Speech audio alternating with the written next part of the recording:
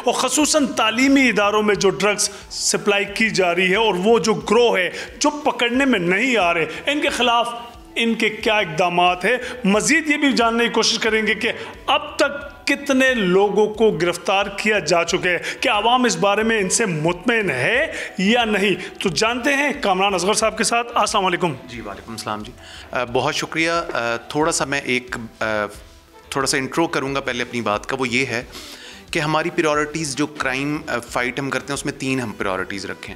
उसमें सबसे पहली प्रायोरिटी हम बेसिक क्राइम की फाइटिंग करते हैं प्रिवेंशन और डिटेक्शन की सूरत में।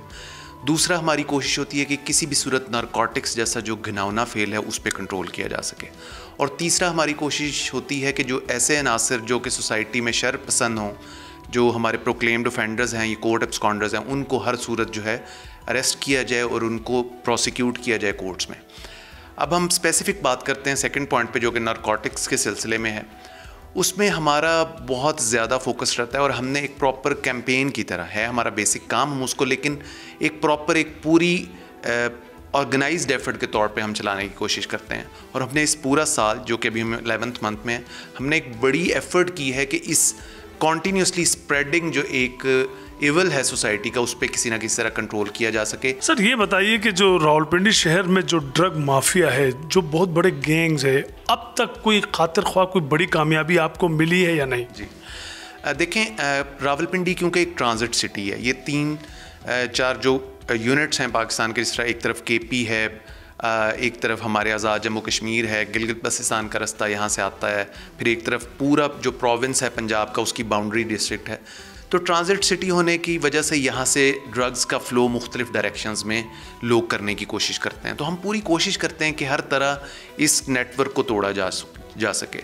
अब मैं समैरिली आपको बताऊंगा तो तकरीबन 2196 लोग जो हैं इस साल में हमने अरेस्ट किए, जिसमें 18 बड़े डीलर जो सप्लायर हैं, जो कि बहुत बड़े बड़े सप्लायर्स हैं, वो हमने अरेस्ट किए। और इसमें हमने hundreds and thousands of KG जो है वो चरस और इसमें हीरोइन, लिक्वर, आइस, उस पे काम किया। लेकिन ये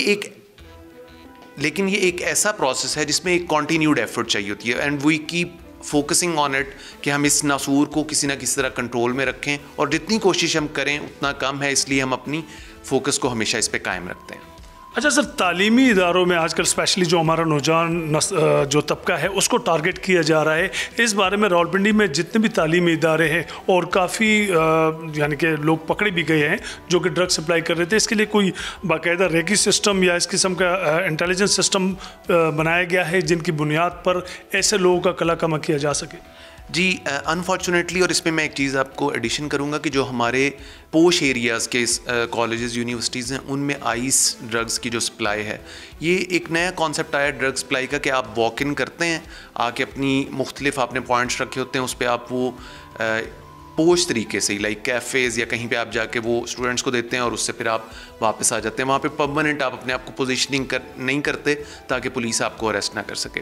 इसमें हमने ये किया कि कम्युनिटी में हमने कॉलेज यूनिवर्सिटीज़ में एक अवेयरनेस कैंपेन के साथ हमने अपने लोग जो है किसी ना किसी सूरत में प्लांट करने की कोशिश की कि हमें अंदर से इंफॉर्मेशन आए कि कौन ये सप्लाई चेन चला रहा है। और इसमें एक चीज़ बड़ी मैं आपसे शेयर करना चाहता हूँ कि हमने 12 ऐसे गैंग्स अरेस्ट किए जो कि स्कूलों, कॉलेजेस और यूनिवर्सिटीज़ को आइस, हीरोइन, इस तरह की जो ड्रग्स सप्लाई करते थे।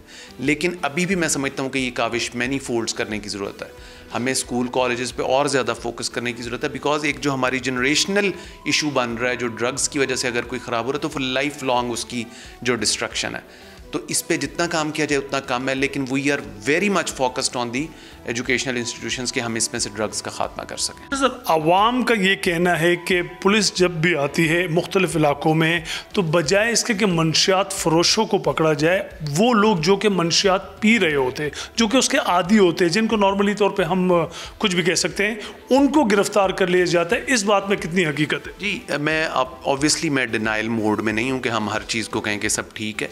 ऐसे कभी कभी केसेस सामने आते भी हैं, लेकिन हमारा फोकस जो है वो सप्लायर्स और जो सेलर्स हैं उस पे होता है। लेकिन ऑब्वियसली सोसाइटी में कुछ लोग ऐसे होते हैं जो आप सेल भी कर रहे होते हैं और कंज्यूम भी कर रहे होते हैं।